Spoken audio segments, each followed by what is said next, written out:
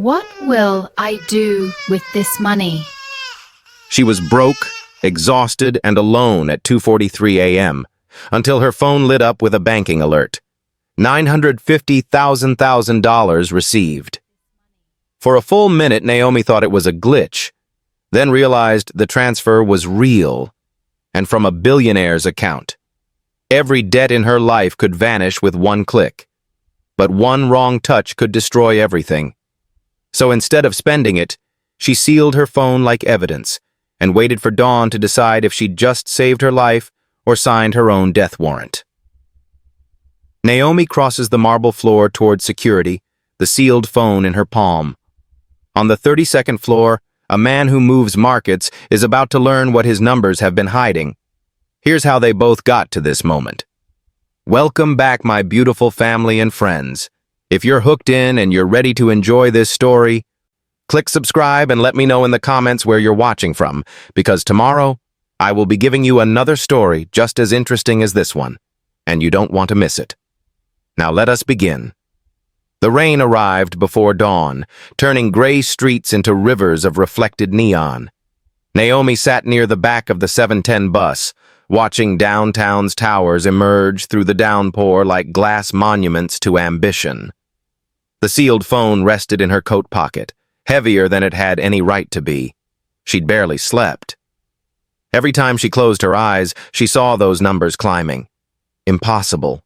Intoxicating. Wrong. Maya had finally dozed off around 3, but not before asking twice if Mom was okay. Kids always knew. The Kuhn Global Tower occupied an entire city block.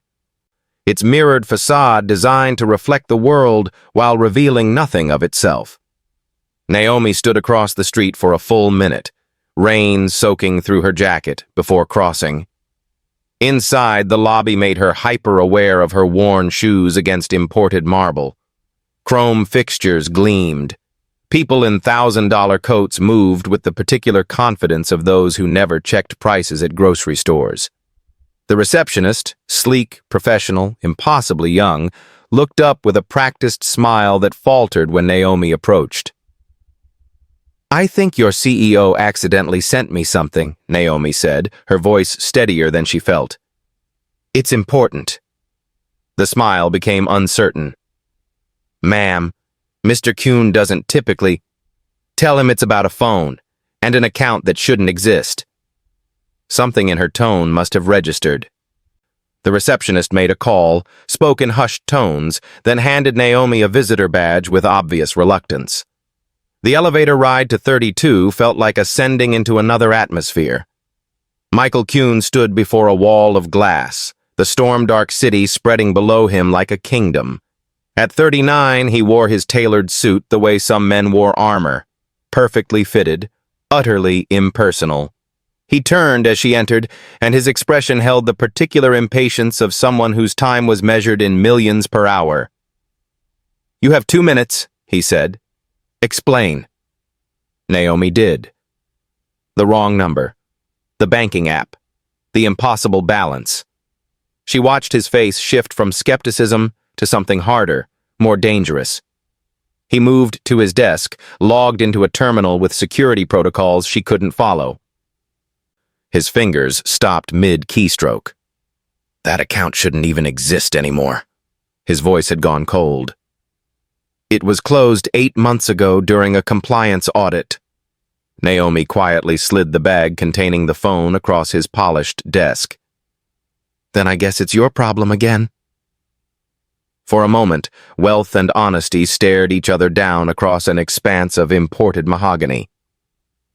"You could have kept it," he said finally.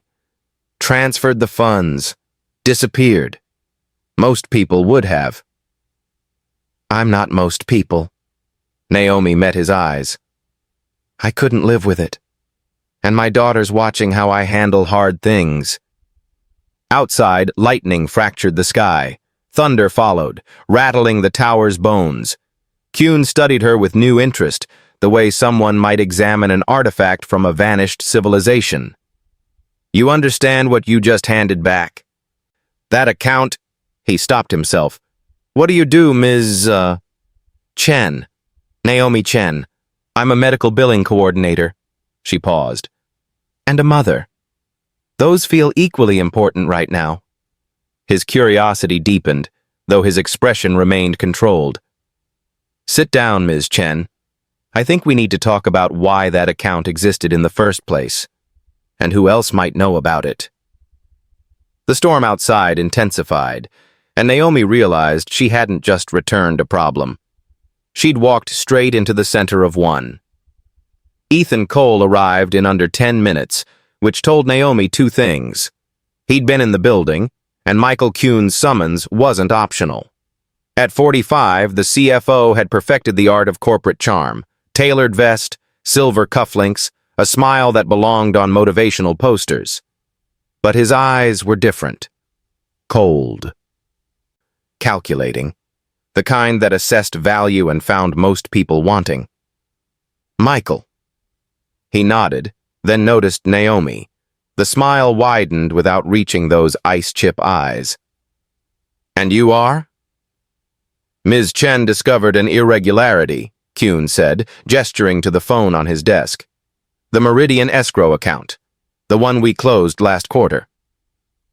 Something flickered across Cole's face, too quick to read, too deliberate to miss. Ah. He picked up the phone, scrolled briefly, and set it down with a dismissive chuckle. Miscoded escrow bounce. Happens during platform migrations. The funds were likely in temporary holding, got rerouted through a legacy pathway. He looked at Naomi like she was a child who'd reported seeing monsters. Nothing to worry about. I'll have IT scrub the routing tables. Routing tables, Kuhn repeated flatly. Standard cleanup, I'll send you the technical brief. Cole was already moving toward the door, briefcase in hand. Ms. Chen, appreciate your civic duty. Michael, Thursday's board prep. Should we push to 3? He was gone before either could answer, leaving only expensive cologne and the faint metallic taste of lies. Naomi's bookkeeper instincts were screaming. She'd spent years finding needles in haystacks of insurance codes, spotting the one-digit transpositions that cost clinics thousands. And everything about Cole's explanation was wrong. The timestamps on those transactions had been off by minutes, sloppy for automated systems. Authorization tags were missing from 3 transfers. And escrow accounts didn't just bounce into active banking apps with full withdrawal privileges. This wasn't a glitch. This was a cover-up. She glanced at Kuhn. He stood motionless at his desk, staring at the space Cole had occupied, his jaw tight. You saw something, he said quietly, not looking at her. Naomi chose her words carefully. Just bad math. His eyes shifted to hers. For the first time, she saw past the corporate armor to something sharper underneath, intelligence, and maybe anger. Sometimes bad math hides bad men. The silence stretched. Thunder rolled across the city. I should go, Naomi said, standing. My daughter. I'll drive you. That's not... I insist. It wasn't a request. The ride was awkward in ways Naomi couldn't articulate. His car cost more than 3 years of her salary. German engineering, leather that probably had its own pension plan. Rain hammered the windshield as downtown gave way to her neighborhood, where chain-link fences replaced decorative iron and corner stores outnumbered boutiques. She directed him to her building, suddenly conscious of the peeling paint, the flickering streetlight, the gap between their worlds measured in miles and millions. He pulled to the curb but didn't unlock the doors immediately. Thank you, Ms. Chen. His voice had lost its corporate edge, gone soft and genuine. You saved more than you know. I just returned what wasn't mine. No. He looked at her directly. You gave me a question I need to answer. Not everyone would have. She stepped into the rain, and he waited until she was inside before driving away, a dark luxury sedan disappearing into the storm like something from another world. Upstairs, Maya was still asleep. Naomi stood at the window, watching taillights fade, and wondered what question she'd actually asked, and whether she'd want to hear the answer. Naomi was microwaving leftover mac and cheese when her phone rang. Unknown number. She almost didn't answer. Ms. Chen. The voice was warm honey over ice. Ethan Cole. I hope I'm not calling too late. Her hand tightened on the phone. Through the kitchen doorway, she could see Maya's door, closed, quiet. It's 9:30, Mr. Cole. Of course. I'll be brief. That practiced charm again, smooth as the bourbon he probably drank. I wanted to personally thank you for your discretion today. You're an honest woman, refreshingly rare in this city. Naomi said nothing.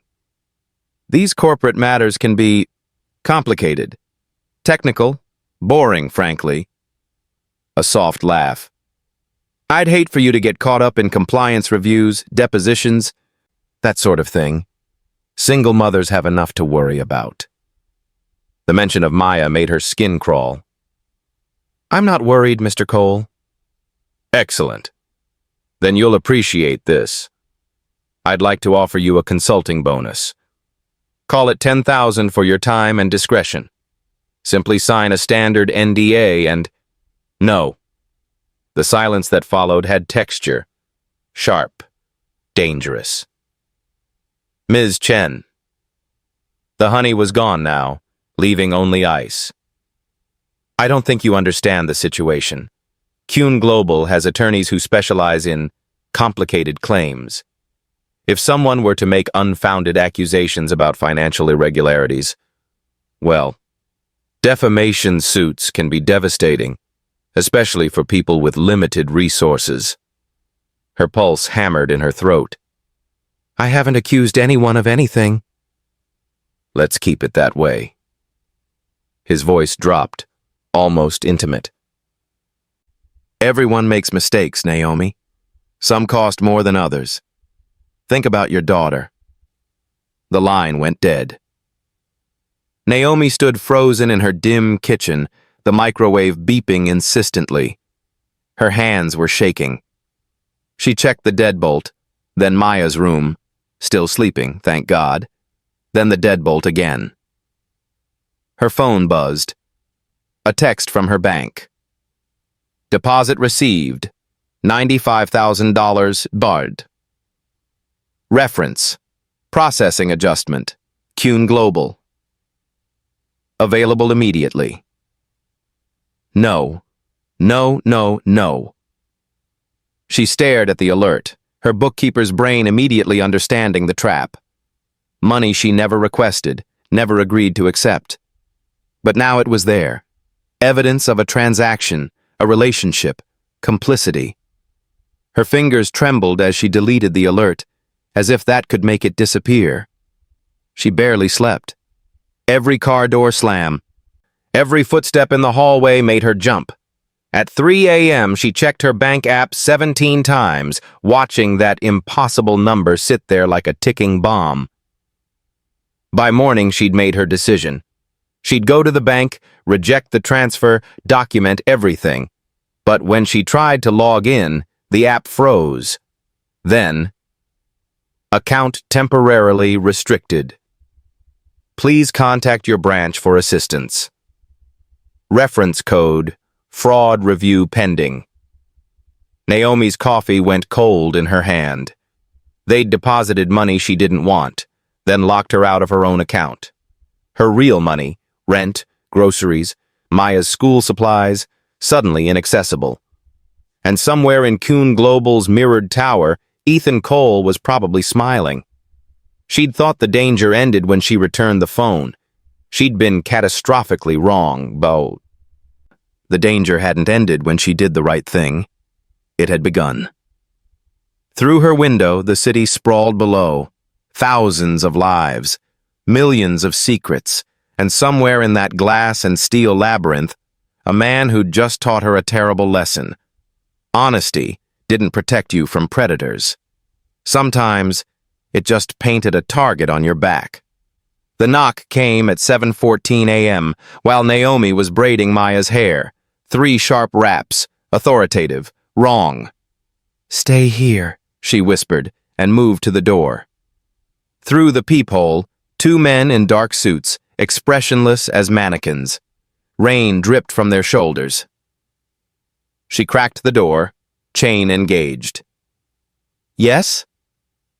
The taller one produced a badge wallet, flipped it open and shut in under a second, too fast to read anything except the metallic gleam. Federal Financial Crimes Task Force. We need to ask you some questions about recent banking activity. Her stomach dropped. What? May we come in? The shorter one smiled, but it didn't reach his eyes. This is just a routine inquiry regarding irregular deposits. We'll need to examine your phone and any computers in the residence. Everything in Naomi's gut screamed, wrong. Real federal agents didn't show up unannounced at dawn. They didn't demand devices without warrants, and their badges didn't flash by like card tricks. I'd like to call my attorney first, she said, though she didn't have one. Ma'am, that's your right, but refusing to cooperate with a federal investigation? Give me 1 minute. She closed the door, pulse hammering. Maya stood in the hallway, eyes wide. Mom? It's okay, baby. Go to your room. Her hands shook as she scrolled through her phone. She had exactly one number that might matter. She pressed call, expecting voicemail, expecting nothing. Michael Kuhn answered on the first ring. Ms. Chen. There are men at my door. They say they're federal agents, but what do they look like? His voice had gone sharp, urgent. She described them quickly, whispered the badge claim. Do not open that door. Not a suggestion, a command. Are you on the chain lock? Yes. Keep it that way. I'm sending people 5 minutes. Do not let anyone in. Do not give them anything. Understand? Mr. Kuhn, 5 minutes. Stay on the line. She heard him barking orders to someone else, then movement, a car door. Through the peephole, the men were conferring in low voices. One pulled out his phone. 4 minutes. 3. The men kept knocking, more insistent now. Ms. Chen, you're making this more difficult than it needs to be. Then footsteps on the stairs. Fast, heavy, professional. 3 men in tactical gear appeared on the landing, and these badges, private security, Kuhn Global Crest, were held out long enough to read. The suits took one look and melted backward, disappearing down the opposite stairwell like smoke. 15 minutes later, Naomi sat in Kuhn's car, that same German luxury sedan, now feeling less like privilege and more like fortress. Maya was with Mrs. Rodriguez next door, bribed with cookies and cartoon promises. Kuhn drove in silence until they were blocks away. Rain hammered the windshield, turning the city into watercolor smears. You intercepted a laundering channel, he said finally, voice tight with controlled fury. Cole's been washing investor money through dormant escrow shells for at least 18 months, creating accounts, moving funds, then collapsing the trails. That transfer to your phone wasn't an accident. Naomi stared at him. It was proof. Yes, and when you showed up in my office with it, you became a problem he needs to eliminate. The word eliminate hung in the air like cordite. She looked out at the soaked skyline, all those towers built on numbers, trust, and lies. And now he thinks I'm a witness. Kuhn's hands tightened on the steering wheel. Then we find the truth before he buries it. And you. Why are you helping me? He glanced at her, something raw flickering behind his corporate mask. Because you did the right thing when it would have been easier not to. And because if Cole is stealing from my company, he's stealing from everyone who trusted me to protect it. The rain intensified. Naomi thought about Maya's wide eyes, her small voice asking if everything was okay. What do we do? She asked quietly. Michael Kuhn's jaw set with something that looked like purpose or vengeance. We take his empire apart, piece by piece, starting now.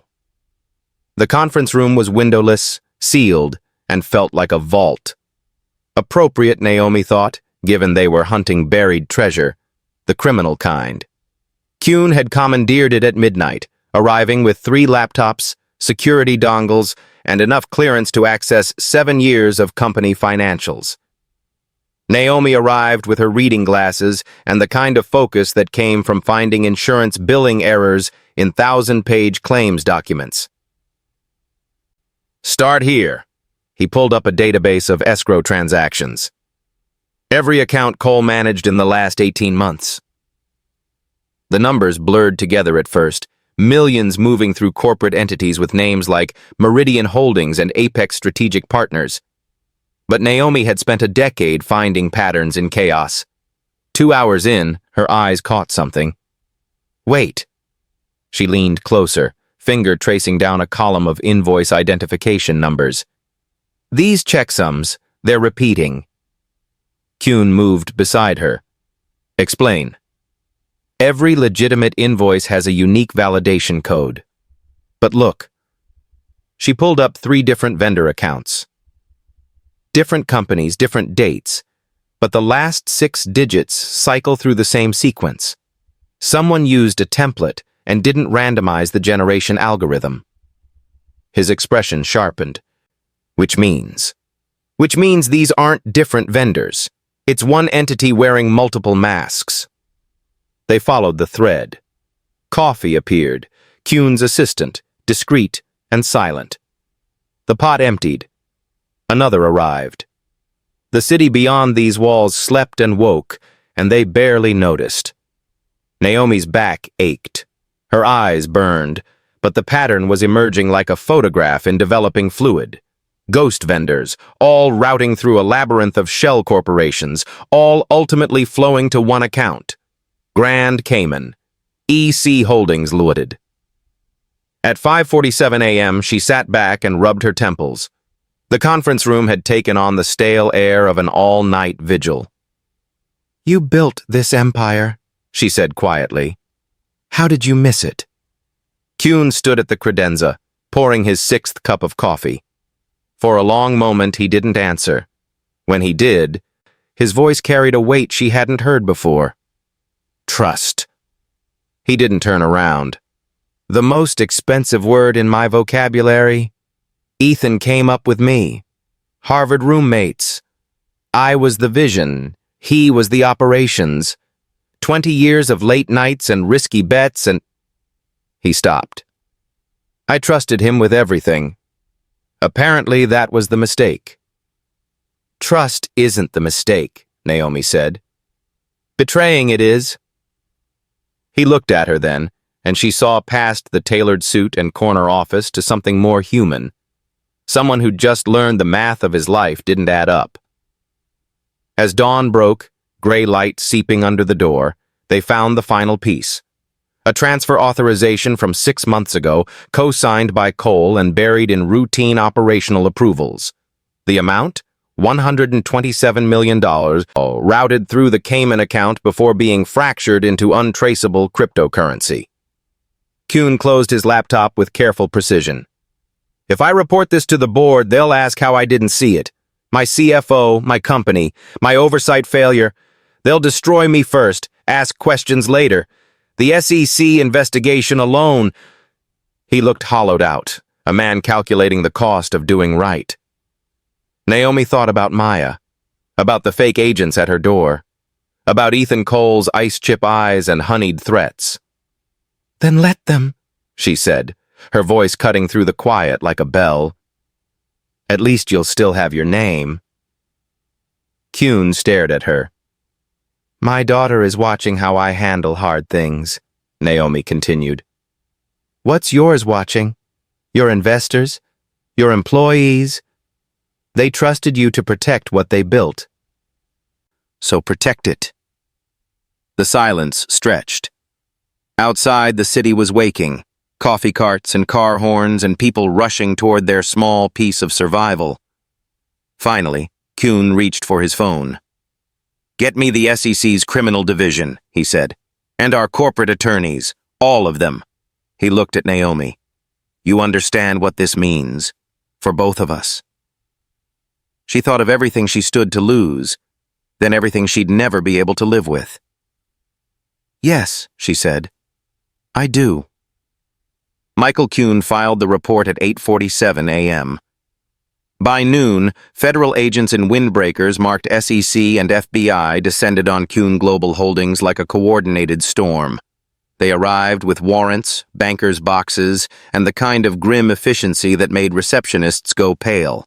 News vans materialized within minutes, vultures with satellite dishes, smelling blood in the water. Naomi watched it unfold from Mrs. Rodriguez's living room. Maya at school, her own apartment still considered compromised by Kuhn's security team. The television showed aerial shots of the mirrored tower, then cut to ground level where reporters jostled for position. The chyron scrolled past in angry red letters. Breaking: $950 million fraud scheme at Tech Empire. Stock ticker in the corner. Kuhn Global down 43% and falling. Her phone buzzed. A text from an unknown number. "You did this." Then another. "Hope it was worth it." She turned off her phone. On screen, Michael Kuhn emerged from the building's entrance alone. No PR team flanking him, no lawyers whispering strategy, just a man in a suit that suddenly looked less like armor and more like a burial shroud. Microphones thrust toward him like weapons. "Mr. Kuhn, did you know about the fraud? Are you stepping down? How much did you personally profit?" He raised one hand. The crowd quieted. Some habits of authority died hard. "I take full responsibility for the failures of oversight that allowed this to occur." His voice was steady, but Naomi could see the cost in his eyes. Kuhn Global was built on a promise of integrity. That promise was broken by someone I trusted completely. But the failure to catch it sooner, that's mine. The board will conduct a complete review of my leadership, and I will cooperate fully with all federal investigations. Will you resign? If that's what's required to restore trust, yes. No deflection. No corporate doublespeak. Just the raw mathematics of accountability. Naomi's throat tightened. He was falling on his sword for a truth she'd brought to his door. The broadcast cut to file footage of Ethan Cole, smiling at some charity gala, champagne glass raised, not a care in his ice-chip eyes. "The CFO remains at large," the anchor intoned. "Sources say he may have fled the country." That evening, 2 actual federal agents, badges held out long enough to verify, credentials checked 3 times, arrived at Mrs. Rodriguez's door. "Ms. Chen, we need your statement." She told them everything. The wrong number, the banking app, the timestamps and missing authorization codes, Cole's threatening call, the fake agents, the deposited bribe money. Her bookkeeper's eye for detail made their case airtight. The lead agent closed his notebook. "You just completed the puzzle, ma'am. Thank you." 6 hours later, news alerts lit up her phone. Ethan Cole arrested at private airstrip. Chartered flight to Grand Cayman intercepted. Footage showed him in handcuffs, that charm finally cracking into something desperate and small. The market steadied. Kuhn Global survived, bruised, bleeding, but alive. Investors who'd fled returned cautiously. The board launched an independent review. Michael Kuhn stepped back from day-to-day operations, his name now forever linked with both the fraud and its exposure. Integrity had a price tag, Naomi realized, and he was paying it in full. She thought about the easy path, keeping that first phone, taking Cole's bribe, staying silent. How much simpler her life would have been. How impossible it would have been to look Maya in the eye. Late that night, her phone buzzed. A text from Kuhn. "Thank you for not letting me be the man who looked away." She stared at it for a long time, then typed back, "Thank you for not making me regret doing the right thing." Outside her window, the city glittered. 1,000,000 lit windows, 1,000,000 private calculations of cost and conscience. Somewhere in that sprawl, Ethan Cole sat in a federal holding cell, his empire of lies finally collapsed. And somewhere else, a little girl slept soundly, her mother's integrity intact. The math on that, Naomi thought, was the only kind that mattered. 3 weeks later, Naomi came home from a shift at the clinic to find Michael Kuhn sitting on her building's front steps. He looked different. The tailored suit was gone, replaced by dark jeans and a coat beaded with drizzle. No car idling at the curb, no security detail hovering at a professional distance. Just a man waiting in the rain, holding a manila folder like it contained something fragile. "Mr. Kuhn." She stopped on the sidewalk, keys in hand. Is everything okay?" He stood, and she noticed the shadows under his eyes had deepened. The board review had been brutal, she'd read. Depositions, audits, investor lawsuits. The price of honesty, measured in 18-hour days, and public humiliation. "I needed to see you," he said. "May I come up?" Mrs. Rodriguez had Maya for another hour. The apartment was quiet, still smelling faintly of morning coffee. Naomi gestured to the worn couch, suddenly conscious again of the gap between their worlds. But Kuhn sat without hesitation, setting the folder on her coffee table with careful precision. "The board completed their review," he said. "I'm staying on as CEO. Probationary terms, independent oversight, but—" He exhaled. "They're giving me a chance to rebuild what Cole broke." "That's good," Naomi said carefully. "You deserve that." "Maybe." He slid the folder toward her. "This is for you." She opened it. Inside, printed on heavy stock with the Kuhn Global letterhead, "Employment offer. Director of Internal Ethics and Audit." Her eyes skimmed down. The salary made her stomach flip. The benefits package included things she'd only dreamed about: healthcare with vision and dental, college savings matching, relocation assistance if needed. "I don't understand," she whispered. Kuhn leaned forward, elbows on knees. "You found a $950 million fraud in 6 hours using pattern recognition and common sense. You did what a dozen compliance officers and 2 external auditing firms missed." He paused. "You already did the job once. Might as well get paid for it. You don't owe me anything." "I owe you the company's soul, Ms. Chen." His voice was quiet but certain. "You gave it back when you walked into my office with that phone. Now I need someone who'll protect it. Someone who can't be bought, intimidated, or convinced to look the other way." Naomi stared at the contract. Director, her own department. The kind of stability Maya deserved, the kind of future she'd stopped letting herself imagine. "I'm a medical billing coordinator," she said. "I don't have an MBA or—" "You have something better. You have a conscience that works even when it's expensive." The door creaked. Maya appeared in the hallway, backpack trailing from one hand, eyes lighting up when she saw her mother. "Mama?" Naomi scooped her up automatically, warmth meeting the cold rain still clinging to her coat. Maya wrapped small arms around her neck, and something in Naomi's chest settled.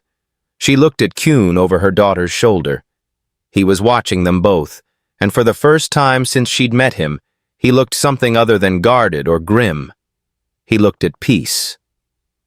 "I'd want to bring Maya to the office sometimes," Naomi said. "After school, when Mrs. Rodriguez can't watch her. We'll set up a kid's corner.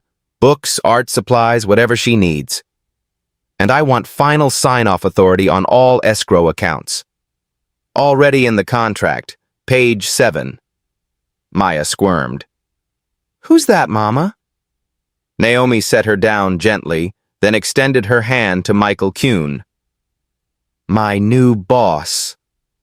His handshake was firm, professional, but his smile, small, genuine, was something else entirely.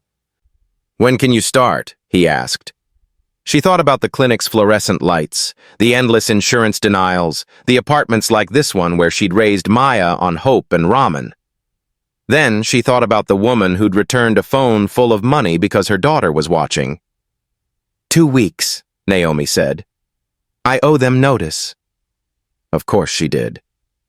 Outside, the drizzle turned to proper rain, washing the city clean. And in a small apartment where honesty had always been the most valuable currency, 2 people who'd saved each other stood in comfortable silence, listening to it fall. Spring arrived early that year, softening the city's edges. The sky still wept, but gently now, the kind of rain that nourished instead of punished. Naomi pushed Maya's stroller along the renovated harbor front, marveling at the transformations. Where abandoned warehouses had rotted for decades, there were now community centers, green spaces, a public library with floor-to-ceiling windows that made literacy look like luxury. Playgrounds where children who looked like Maya could climb and dream. All of it funded by recovered assets from the coal investigation. $950 million, returned to investors and redirected, at Kuhn's insistence, into the neighborhoods his company had once overlooked. Near the water's edge, a bronze plaque caught the light. Integrity is the wealth that never loses value. In honor of those who choose truth over comfort. Maya pointed at the ducks paddling in the harbor. Mama, look! I see them, baby. Footsteps approached from behind, measured, familiar. Naomi didn't need to turn. Mr. Kuhn. Ms. Chen. He stopped beside her, hands in his pockets, no security detail hovering at a professional distance. Just a man taking a walk in the rain. Though at some point you might call me Michael. At some point. She smiled. How was the board meeting? Long, productive. They approved the Community Investment Fund for another 5 years. He gazed out at the harbor, at the buildings that had risen from ruin. Turns out doing the right thing occasionally makes good business sense. Occasionally. They stood in comfortable silence, watching Maya chase a leaf skittering across the path. 6 months had passed since that night in the sealed conference room. 6 months of testimony, trials, and painstaking reconstruction. Cole was awaiting sentencing. 20 years minimum, the prosecutors said. His empire of lies dismantled, brick by brick. Kuhn Global had survived, transformed. Leaner, more transparent, with an ethics and audit department that reported directly to the board. Naomi had built it from scratch, hiring people who understood that numbers told stories, and some stories were crimes. You know what's strange? Kuhn said quietly. You returned $950 million to me. I'm still not sure who came out richer. Naomi thought about her apartment. Still small, but now chosen rather than resigned to. About Maya's college fund, growing steadily. About sleeping soundly for the first time in years, no longer calculating which bills to pay first. But mostly, she thought about the morning Maya had asked why Mama looked worried, and Naomi had been able to say, truthfully, I'm not, baby. Not anymore. Maybe the city, she said softly. Kuhn nodded. Maybe. Rain caught the light like falling glass, turning the world prismatic. On the harbor's surface, the renovated buildings reflected, old and new, wealth and hope, all blurred together in the same shimmering image.